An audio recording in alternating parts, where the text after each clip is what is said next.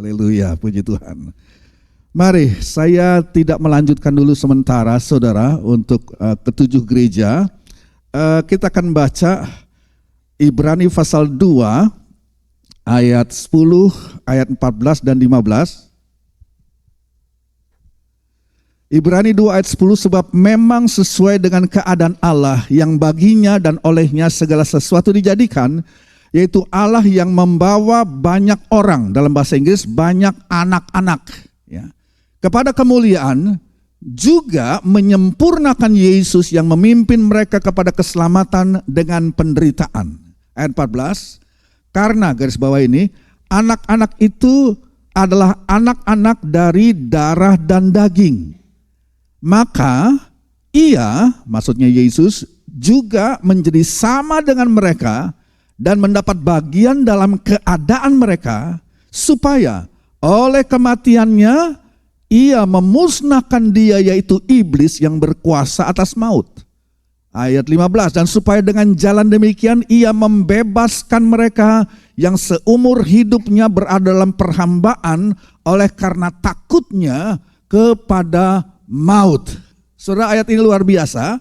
Kita melihat bahwa Yesus telah, ini bulan Desember kita sebentar akan memperingati hari kelahirannya, ya, maksudnya Allah berinkarnasi. Yesus menjadi sama dengan kita, ya, kita terdiri daripada darah dan daging, dan tadi dikatakan kita atau Yesus disamakan dengan kita sebagai anak-anak Allah, menjadi darah dan daging. Untuk apa? Ya, dia mengambil bahagian dalam keadaan kita, dia menjadi manusia supaya dia dapat menderita, dia dapat mati, dan melalui kematiannya sudah di atas kayu salib, dia menghancurkan iblis yang berkuasa atas maut itu. Ya. Nah, sekarang saya mengambil satu, boleh saya katakan satu ilustrasi gitu, saudara, yang berhubungan dengan darah. Makanya saya kasih judul firman Tuhan pagi hari inilah darah yang mengingat. Darah yang mengingat. Darah mempunyai kemampuan untuk mengingat, saudara. Ya. Nah, kalau kita melihat, saudara, bukan hal-hal yang kelihatan yang paling kita takuti. Justru hal yang nggak kelihatan itu justru yang mengandung banyak bahaya, Bapak Ibu. Ya, hal-hal yang tidak dapat kita lihat sebenarnya lebih berbahaya daripada hal-hal yang bisa kita lihat. Ya, saudara bisa saja melihat seorang yang berpenampilan sukses, saudara, mempunyai kerajaan yang besar, kerajaan bisnis yang besar, tetapi satu saat dia jatuh sakit oleh sesuatu yang gak kelihatan. Oleh sesuatu bibit penyakit, satu sel kecil masuk dalam tubuhnya, menggerogoti dia, dan ujung-ujungnya maut menimpa orang itu. Ya, orang itu bisa saja dari luar kelihatan kuat, ya, kelihatan dia berpengaruh, tetapi sesuatu yang tidak terlihat, ya, sesuatu sel kecil, mungkin sel virus berkali sel kanker atau sejenisnya, ya, itu bisa menjadi, walaupun kecil tapi itu ada, nggak kelihatan, tapi bisa menjadi lebih berbahaya dari penampilan fisik apa yang kelihatan, saudara. Saya berikan contoh dalam Perang Dunia Pertama. Perang Dunia Pertama tahun berapa itu? Selama 4 tahun. Itu ada korban sekitar 17 juta orang. Perang Dunia Pertama, 17 juta jiwa meninggal. Karena apa? Berperang melawan musuh yang kelihatan. Musuhnya kelihatan. 17 juta memang sudah meninggal, saudara, ya. Musuhnya kelihatan, mereka berhadapan dengan tank, ya, dengan senjata, dengan bom, ya, dengan granat dan kali.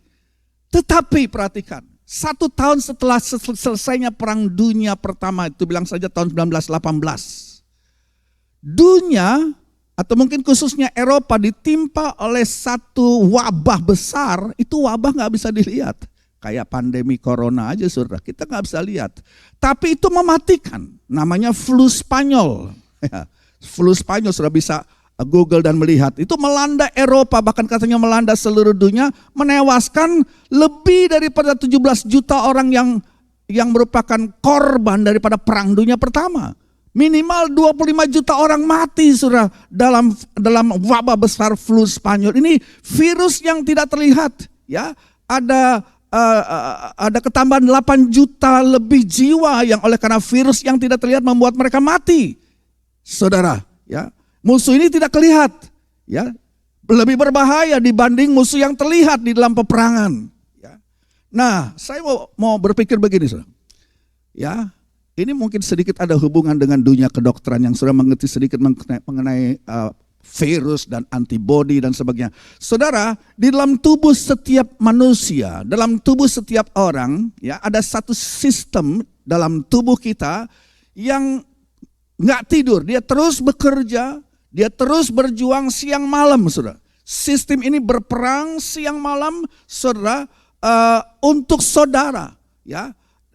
Saudara tidak akan bisa bertahan, saya kira, dalam 1 kali 24 jam tanpa ada sistem pertahanan dalam tubuh saudara, ya. Nah, sistem ini diciptakan saudara untuk melawan infeksi, untuk melawan bibit penyakit, untuk melawan virus dan sebagainya. Makanya dalam sistem tersebut berhubungan dengan darah untuk menciptakan antibodi. Nah, saudara, sistem pertahanan tersebut dalam tubuh kita ada hubungannya dengan darah kita. Kita bicara tentang darah pada pagi hari ini, tapi darah yang bisa nginget. Nah, kita lihat dulu Wahyu pasal 12. Wahyu 12, saudara, singkat cerita Yohanes berkata bahwa dia melihat iblis yang disebut sebagai penuduh, pendakwa saudara-saudara kita itu sedang mengadakan peperangan di mana? Di surga. Iblis bisa naik ke surga mengadakan peperangan, bertempur melawan penduduk surga, melawan umat Allah, ya. Dan dikatakan saudara, Yohanes berkata bahwa dalam peperangan tersebut, ya saudara, Yohanes melihat dalam bentuk visi secara langsung.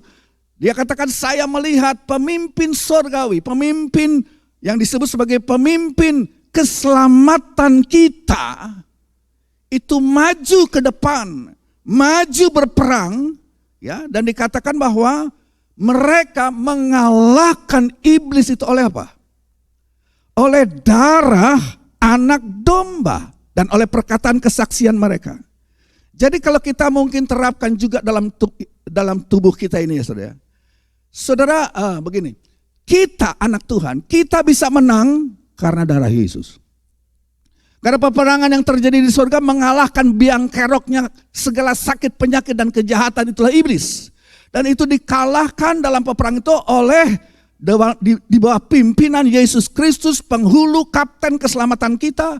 Dia mencurahkan darahnya dan dengan darah itu kita mengalahkan musuh. Jadi kita menang hanya karena darah Kristus. Maaf saudara, tanpa mau mengecilkan yang lain. Tapi dalam diri manusia biasa, dalam diri mereka yang yang non-Kristen, tidak bisa mengatakan ayat ini. Sebab dalam diri mereka tidak ada aplikasi darah dan kita percaya. Di dalam dunia ini tidak ada darah yang begitu berkuasa untuk bisa menangani segala sakit penyakit bahkan sampai kepada keselamatan manusia. Semua pemimpin agama tidak mampu darahnya menyelamatkan saudara dan menjamin saudara keselamatan manusia. Itulah sebabnya kita anak-anak Tuhan, kita berperang dan kita beroleh kemenangan. Karena apa? Karena darah Yesus. Nanti kita akan ambil bahagian dengan makan dan minum simbolnya, yaitu roti dan anggur pada pagi hari ini. Saudara, kita di dalam Yesus oleh karena darahnya memiliki kuasa.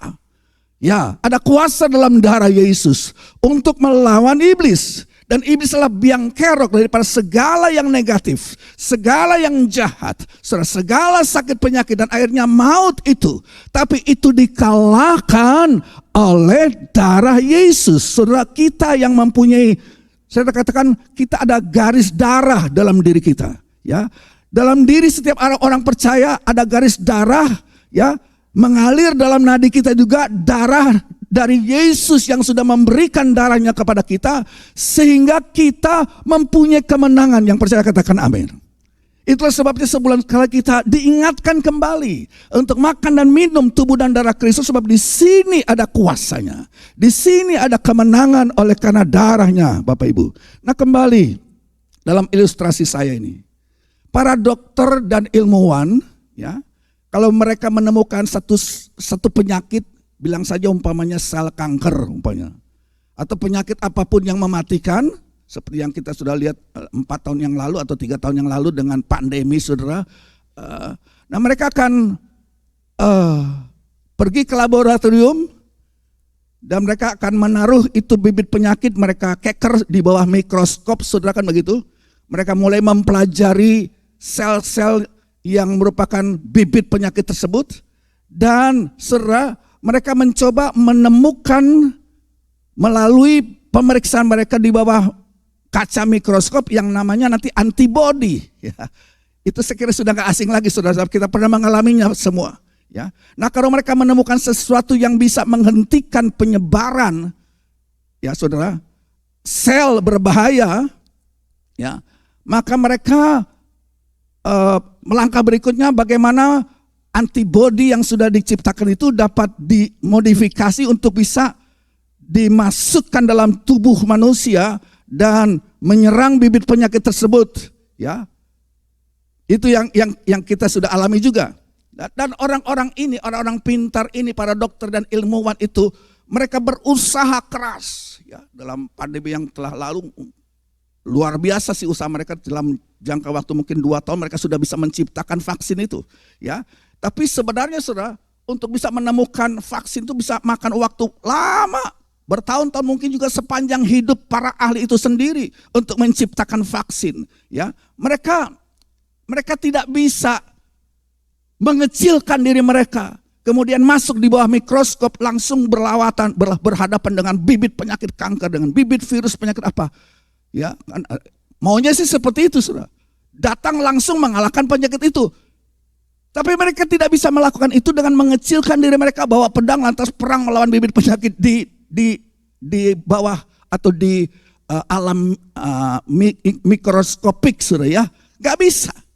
Tetapi, haleluya, kita punya Tuhan Yesus yang bisa. Amin. Sebab dia Allah, dia menjadi manusia. Dia menjadi sama dengan kita. Itu yang justru dilakukan oleh Yesus Kristus. Dan kita sedang memperingati, kita akan sedang dalam bulan-bulan di mana kita akan memperingati inkarnasi Yesus. Dia memakai tubuh manusia dan ada darah dalam dirinya, saudara. Jadi satu hari, kalau saya boleh bayangkan begini, kapten keselamatan kita, Yesus itu melihat dari balkon sorgawi. Dan dialah Alfa dan Omega. Saya boleh katakan dialah dokter segala dokter, dialah ilmuwan segala ilmuwan. Dia melihat ke bumi yang penduduknya sedang berperang dan dikalahkan oleh dosa. Dihancurkan oleh iblis. Iblis penguasa dunia ini. Maut datang melalui sakit penyakit, dan itu semua karena dosa. Karena virus dosa itu sudah datang.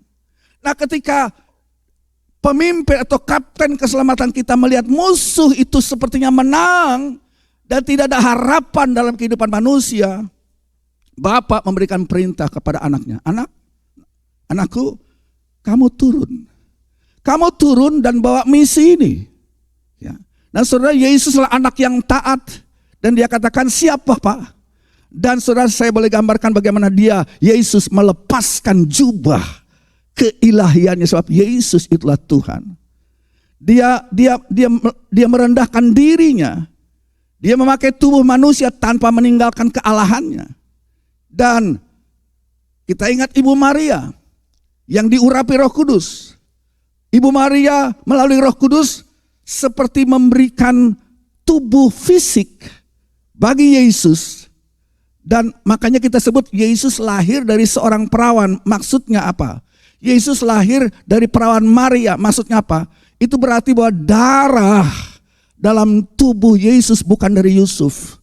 Sebab Yesus bukan hasil pernikahan daripada Yusuf dan Maryam.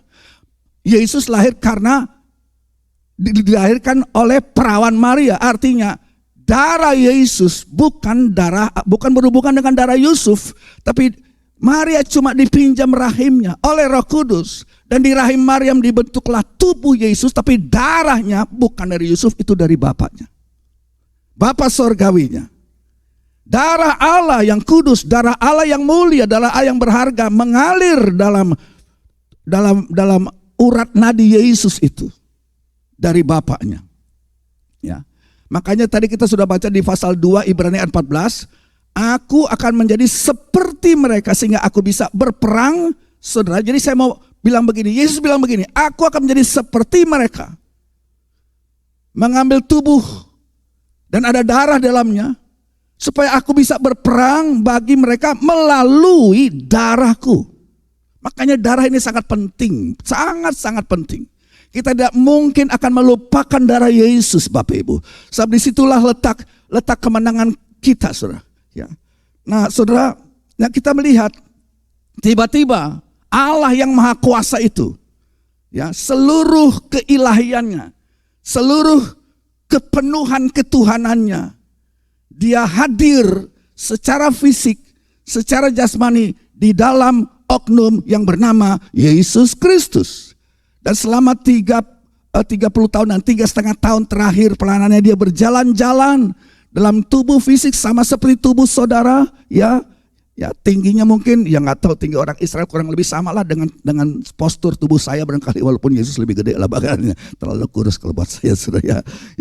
Ya saudara, dia terlihat seperti orang biasa, tapi jangan salah, dalam tubuh ini ada darah yang adalah milik daripada Allah sendiri, bukan darah manusia sebenarnya. Darah Allah yang kudus dan berharga. Dan Yesus berkata, aku akan turun, aku akan mengambil rupa dari keturunan Adam, aku akan mengambil bentuk rupa daripada keturunan Abraham, dan aku akan menjadi seperti mereka sehingga aku dapat berperang. Aku dapat berperang melalui darahku. Ya. Dan coba kita perhatikan di Injil-Injil. Dalam 3,5 tahun, saudara, setelah dia dibaptiskan, umur 30. Yesus setelah dibaptis, dia penuh dengan Roh Kudus. Dan ini dalam pikiran saya, dia bilang begini, aku akan memiliki darah yang akan mengalahkan pencobaan. Dan untuk itu aku harus menghadapi pencobaan itu. Maka kita tahu, selama 40 hari, 40 malam Yesus berpuasa dan dia diuji, dicoba, dan puncak pencobaannya pada hari yang terakhir, iblis datang dan saudara menawarkan 3 ujian kepada Yesus. Ya, yaitu keinginan nafsu daging, keinginan nafsu mata, dan kesombongan kehidupan. Itu 3 hal yang diserangkan oleh iblis kepada Yesus. Dan saya boleh gambarkan begini, saudara. Darah dalam nadi Yesus mendidih waktu dia berhadapan dengan si iblis sang pencoba itu. Darahnya yang suci mulia itu mendidih, saudara. Dan Yesus tidak bisa terkalahkan. Tidak bisa terkalahkan. Iblis datang menawarkan nafsu kedagingan, nafsu keinginan mata, dan kesombongan hidup. Iblis tidak bisa membuat Yesus sujud dan kalah. Yesus menang. Ya, dia selalu mengulang firman Tuhan, ada tertulis, ada tertulis, ada tertulis, dan dia mengalahkan semua pencobaan yang iblis lakukan terhadap dia. Nah, maksud saya begini, darah, saudara, darah dalam diri Yesus itu seperti mempunyai kemampuan untuk mengingat itu. Maksud saya begini, saudara, ya, yang senang dengan ilmu dokteran, darah itu mempunyai daya ingat katanya, ya. Ada memori imunologis. Ini saya cari-cari di internet, saudara. Memori imunologis. Artinya begini, sistem kekebalan dalam tubuh kita itu mempunyai kemampuan untuk mengingat. Ya, mengingat apa? Mengingat penyakit, mengingat virus, mengingat bakteri yang pernah menyerang tubuh kita sebelumnya.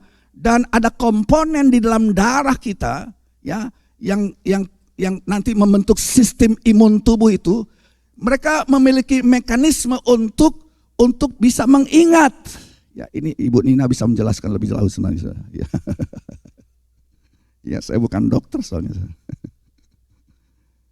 Jadi begini saudara, waktu Yesus mengalahkan setiap pencobaan, boleh saya katakan sebagai ilustrasi bahwa darahnya itu seperti mengirimkan pesan ke kelenjar getah beningnya di tubuh Yesus. Kelenjar getah bening mengirimkan pesan kepada sumsum tulang belakang, dan sumsum tulang itu memproduksi cukup banyak darah, saudara, yang tersimpan dalam tubuh Yesus sehingga setiap orang, perhatikan, setiap orang yang menghadapi pencobaan apapun, ya, dan Alkitab mengatakan bahwa kita menghadapi pencobaan yang biasa, yang Allah nanti akan memberikan jalan keluar sehingga kita cakap menanggungnya. Itu bagaimana bisa demikian? Itu melalui darah anak domba Allah. Itu darah Yesus. Nah, waktu saya memikirkan fakta bahwa Yesus, dia tidak hanya memiliki darah, tapi dia juga mengalahkan setiap pencobaan yang diperhadapkan kepada dia. Dan dia tidak hanya mengalahkannya, tetapi boleh saya katakan darah dalam tubuhnya itu mengingat bagaimana dia mengalahkan pencobaan-pencobaan tersebut. Jadi setelah Yesus selesai mengalahkan pencobaan dan dia berkata, sekarang aku akan menghadapi sakit penyakit. Dan Yesus mulai menyembuhkan orang-orang kan. Ya, banyak orang disembuhkan. Dia menyembuhkan seorang laki-laki yang buta. Dan dalam pengertian saya, dalam ilustrasi saya, darah Yesus mengingat itu semua dan berkata, kalau darah itu bisa berkata, ini adalah cara menyembuhkan penyakit. Ini adalah cara menyembuhkan orang yang buta. Dan waktu Yesus menyembuhkan orang lumpuh, waktu Yesus menyembuhkan orang tuli, waktu Yesus menyembuhkan orang bisu, waktu Yesus menyembuhkan orang yang lumpuh total, dan Yesus menyembuhkan segala macam jenis penyakit. Tidak ada yang penyakit yang Yesus tidak sembuhkan. Kalau sudah baca Yohanes 21 ayat 25 Bapak Ibu. Yohanes 21 25. Dikatakan bahwa buku-buku yang ada di dunia ini tidak mampu memuat setiap catatan tentang apa yang Yesus lakukan. Begitu luar biasanya pekerjaan yang Yesus kerjakan. Kesembuhan yang dikerjakan, sampai dikatakan buku-buku tidak bisa memuatnya. Ya, buku-buku tidak bisa mengingatnya. Begitu banyak, nggak bisa tercatat. Begitu luar biasanya, saudara, kuasa Allah yang bekerja dalam hidup Yesus selama 3,5 tahun itu. Sehingga buku seluruh dunia pun tidak mampu menangkapnya, mencatatnya. Tapi darah anak domba ini mengingat. Darah Yesus mengingatnya. Dan darah itu ada di sana. Saya percaya darah itu di dalam vena Yesus, dalam urat darah Yesus, mendidih dalam pembuluh darahnya.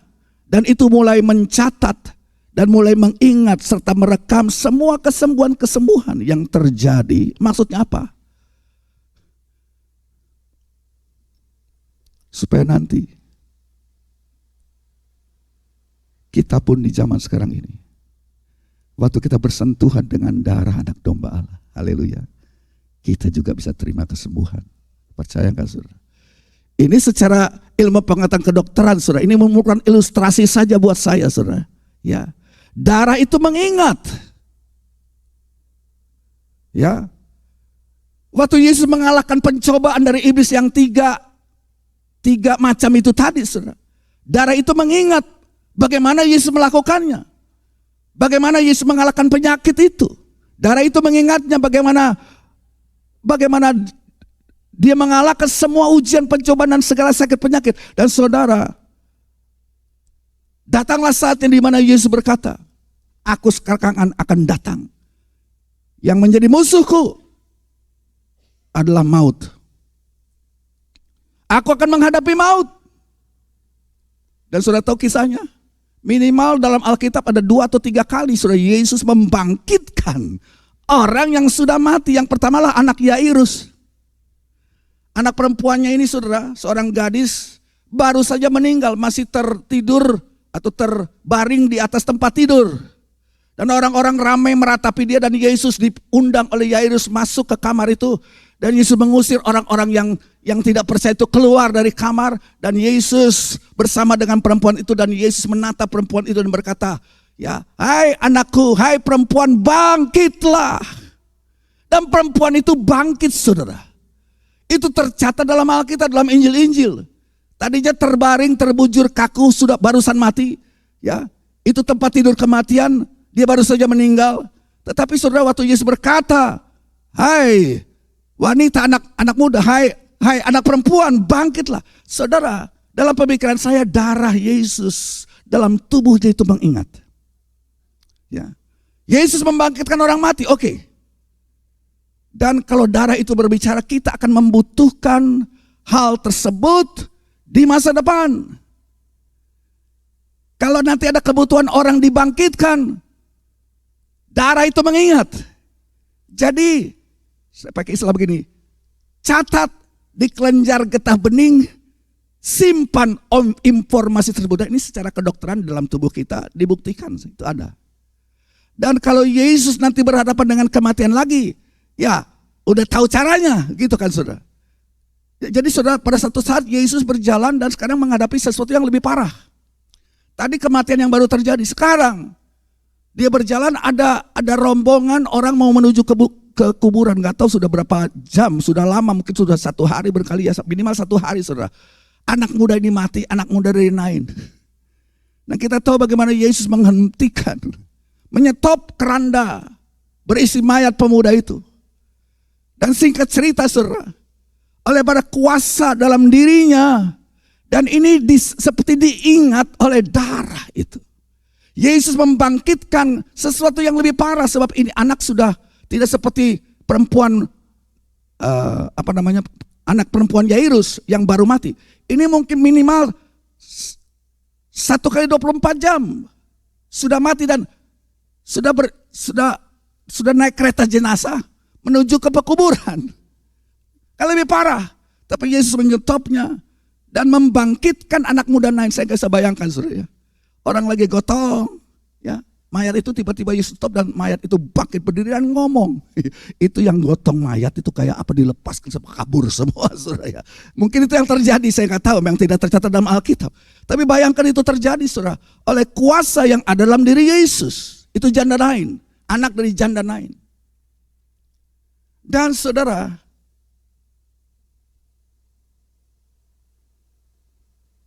apalagi Yesus bilang begini, darah itu seperti mengingat. Yesus memulihkan atau membangkitkan anak perempuan Yairus. Kemudian yang kedua, Yesus membangkitkannya lebih parah lagi, yang sudah menuju ke kuburan dibangkitkan. Itu anak janda, anak perempuan, anak janda dari Nain, anak muda tersebut. Nah sekarang apa lagi saudara? Darah itu mungkin berkata, oke, dia tidak hanya bisa menyelamatkan seseorang yang hampir mati, ya, bahkan yang sudah berjalan ke kuburan saja dia juga sanggup membangkitkannya. Dan semua itu tercatat. Semua itu tercatat dan diingat di dalam darah saudara. Belum cukup itu, Yesus bilang begini, satu lagi saya akan perbuat. Kali ini parah benar. Sebab ini orang sudah mati berapa hari saudara? Lazarus. Aku akan pergi ke rumah seorang temanku namanya Lazarus. Dia sudah mati cukup lama. Dia bukan cuma baru mati di atas tempat tidur. Juga bukan baru 1 kali 24 jam dibawa ke kubur. Tapi dia sudah di dalam kubur berapa hari saudara? 4 hari. Dan menurut orang Yahudi itu udah gak mungkin lah. Ya, sebab nyawanya udah pergi entah kemana saudara. Gak mungkin bisa dibangkitkan lagi. Dia ada dalam makam sekarang dan sudah rusak tubuhnya. Sudah berbau, pembusukan sudah terjadi. Tapi Yesus yang adalah kebangkitan dan hidup, Dia berhadapan dengan kematian yang lebih parah. Sudah dikubur 4 hari, dia katakan gulingkan batu itu. Dan dengan suara keras, saudara dapat baca dalam Yohanes pasal 6 kalau nggak salah. Hai Lazarus, keluarlah. Dan tubuh yang mati itu bangkit keluar.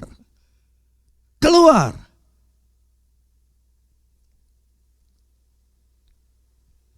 Jadi saudara, ya kita mengalami hal ini. Kita punya orang-orang yang kita kasihi yang sudah mendahului kita. Oma, opa kita, suami, istri, mungkin anak kita. Yang sudah mendahului kita. Dan seringkali mungkin bulan Natal menjadi bulan yang gloomy. Karena pas kok di bulan itu kita teringat, oh saya ditinggal oleh istriku, saya ditinggal oleh suamiku dan sebagainya. Tetapi saudara, kita melihatnya begini. Ya, bahwa darah Yesus mengingat. Ada orang-orang yang kita kasihi sudah sekian belas tahun, puluh tahun mungkin ada dalam kubur. Tapi darah itu mengingat. Darah Yesus itu mengingat bagaimana ada kuasa atas kematian. Ada kuasa yang membangkitkan yang sudah dibuktikan lewat 3 kali Yesus membangkitkan orang-orang mati itu. Yang paling parahlah kubur Lazarus. Nah saudara, satu saat saya katakan waktu nafiri berbunyi.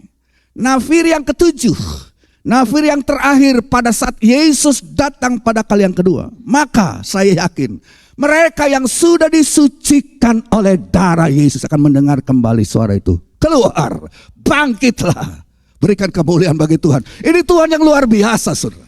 Ini Tuhan yang darahnya nanti kita akan minum. Yang tubuhnya kita akan makan. Menjadi bagian dalam hidup saya dan saudara.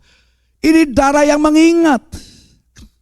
Apa yang Yesus sudah lakukan 2000 tahun yang lalu masih diingat. Dan darah itu masih segar di hadapan hadirat Allah.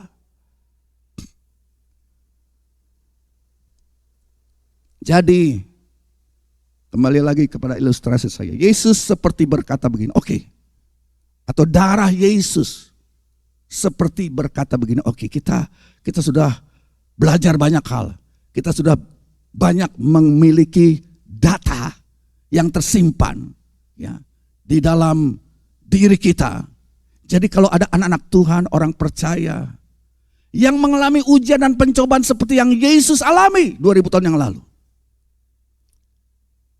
mereka bisa mengalahkannya. Mereka juga bisa mengalahkannya. Mereka juga bisa beroleh kemenangan. Kalau mereka memiliki darah Yesus dalam hidup mereka. Persoalannya kan itu. Kalau mereka memiliki darah itu, saudara. Darah itu tahu memberikan kemenangan. Dan mengalahkan, bahkan membersihkan dosa-dosa kita. Bagaimana kalau mereka menghadapi kematian? Saya sudah katakan saudara. Anak Tuhan masih bisa mati. Tapi bukan mati untuk selama-lamanya di dalam alam neraka. Enggak. Bahwa waktu seorang anak Tuhan menghembuskan nafas yang terakhir, saat itu juga dia dibawa oleh malaikat ke atas, bukan ke bawah. Menunggu nafir yang terakhir, nafir yang ke-7 berbunyi. Dan tubuh yang sudah hancur atau entah hilang di mana, sudah hancur di lautan, akan bangkit lagi. Begitu powerfulnya saudara. Dan saya kira ini diingat semua oleh darah anak domba Allah. Tetapi itu hanya berlaku bagi mereka yang mengaplikasikan darah anak domba dalam hidupnya. Sebab darah-darah yang lain, maaf, darah pemimpin agama yang lain nggak bisa. Nggak bisa. Kita bersyukur mempunyai darah anak domba dalam hidup saya dan saudara. Dan itulah sebabnya kita merayakannya dan mengingatnya bahwa ini bukan cuma segera ritual makan dan minum tubuh dan darah Yesus. Saudara mengambil, saudara dikatakan waktu kita makan dan minum tubuh dan darahnya, kita menjadi satu dengan dia, kita di dalam dia, dia dalam kita. Dan aku akan membangkitkan dia, kata Yesus. Pada hari kiamat nanti. Saudara, masih ada satu lagi. Masih ada satu lagi. Kemudian Yesus bilang begini. Sekarang aku sudah mengalahkan segala ujian pencobaan. Aku sudah mengalahkan sakit penyakit. Aku sudah mengalahkan 3 kematian yang aku bangkitkan. Tapi sekarang aku akan berhadapan dengan yang terbesar. Aku akan berhadapan dengan yang terbesar dari semuanya. Apa yang terjadi? Kita ingat. 2000 tahun yang lalu Yesus pergi ke Taman Getsemani. Dan di Taman Getsemani itu, saudara, Bapa menawarkan satu cawan. Cawan yang mengerikan bagi Yesus sebenarnya. Begitu mengerikannya, sehingga Matius 26 berkata, Yesus ngomong begini, Bapa kalau boleh, lalukan cawan ini daripadaku. Saudara, ada apa dengan cawan ini? Ini cawan yang sangat dahsyat buat Yesus untuk diminum. Sampai dia seperti tawar dengan Bapa. Tapi dia tutup dengan bukan kehendakku yang jadi Bapa, tapi kehendakmu yang jadi. Ada apa dalam cawan ini? Saudara, saya kira di dalam cawan ini ada kebohongan, saudara. Saya kira dalam cawan ini ada mungkin pembunuhan. Dalam cawan ini ada kebencian. Dalam cawan ini ada roh tidak mau mengampuni barangkali. Dalam cawan ini ada kepahitan. Dalam cawan itu mungkin ada pelecehan. Dalam cawan itu ada pemerkosaan barangkali. Dalam cawan itu ada keinginan daging yang berdosa dari saya dan saudara. Dalam cawan itu ada kemarahan, ada kekerasan, ada segala macam dosa yang bisa saudara bayangkan. Semua ada dalam cawan itu. Yesus begitu bergetar waktu Bapa katakan, nak, aku punya misi. Engkau harus minum habis cawan ini. Yesus berkata, kalau boleh Bapa lalukan ini. Ini begitu berat, saudara. Tapi dia katakan, bukan kehendakku tapi kehendakmu. Dan Yesus ambil cawan itu, dia minum habis cawan itu. Yesus meminumnya. Kenapa dia meminumnya sampai habis? Mengapa dia melakukan hal tersebut? Saya pikir begini, saudara. Yesus seperti dalam tanda kutip memperkenalkan dosa-dosa kita kepada darahnya. Sebab darah itu belajar. Sebab darah itu mengingat. Dia berkata, aku akan membawa dosa-dosa ini ke dalam tubuhku. Dan setiap dosa yang disentuh oleh darahku, yang terkena oleh darahku, dan darah Yesus, darah yang dari Bapa, darah yang sempurna, yang tidak berdosa, tidak pernah melakukan dosa. Dia mengambil dosa-dosa tersebut dari saya dan saudara. Dia seperti mencicipi dosa tersebut di dalam darahnya. Dan begitu saudara, di kayu salib begitu tekanan begitu berat pada darah Yesus sampai vena Yesus pecah. Pecah, saudara. Ada sesuatu yang terjadi dalam darah itu, dalam tubuh Yesus. Sehingga seperti dikatakan, urat itu pecah dan darah itu keluar bercampur dengan keringat. Coba saudara gambarkan itu semua. Kita ada pada bulan Natal. Kita akan memperingati mana Yesus menjadi daging. Tubuhnya diambil dari rahim Maryam oleh Roh Kudus. Tapi darahnya itu bukan dari Yusuf, dari Bapa. Dan darah itu sudah mengalami berbagai macam hal. Dan mencatat semuanya itu, saudara. Dia mencatat bagaimana Yesus, saudara, mengalami peperangan, mengalami pencobaan, menghadapi sakit penyakit, menghadapi maut, dan semuanya tercatat. Dan saya boleh katakan waktu itu bibit penyakit karena dosa kita, saudara, ya, diminum oleh Yesus. Yesus sedang membentuk vaksin dalam tubuhnya. Haleluya. Untuk disuntikan dalam tubuh saudara. Sehingga saudara boleh berkemenangan di dalam dia. Berikan kemuliaan bagi Tuhan kita. Dia meminum cawan itu. Dan ketika darahnya yang luar biasa itu menyentuh segala dosa, kesalahan, pelanggaran kita, maka seperti ada sebuah pesan dikirim ke kelenjar getah bening, kemudian ke sumsum tulang belakang daripada Yesus, ya, kalau boleh saya bayangkan seperti itu. Dan tiba-tiba sumsum itu memproduksi antibodi dan sebuah vaksin seperti dibuat dalam tubuh Yesus. Dan waktu saudara percaya kepada dia, darah itu mengalir, diaplikasikan dalam hidupmu. Dan setiap bulan kita ingat ini dengan makan dan minum tubuh. Saudara percaya ada kuasa dalam darah Yesus yang menghapuskan dosa, yang memberikan kehidupan, yang menyembuhkan. Apa yang kita perlu pagi hari ini? Mari saudara, dengan ilustrasi ini saudara melihat kekuasaan daripada Yesus yang baru ada di dalam darahnya. Dan darah itu tidak beku. Darah itu lebih hebat dari darah Habil. Darah Habil menuntut keadilan, sebab dia diperlakukan dengan tidak adil oleh kakaknya. Darah Habil tercurah di tanah dan berteriak menuntut balas. Tapi darah Yesus beda. Yang diingat bukan menuntut balas. Yang diingat adalah hal-hal yang dapat memulihkan saya dan saudara. Yang dapat menyembuhkan kita. Yang dapat saudara memberikan kemenangan.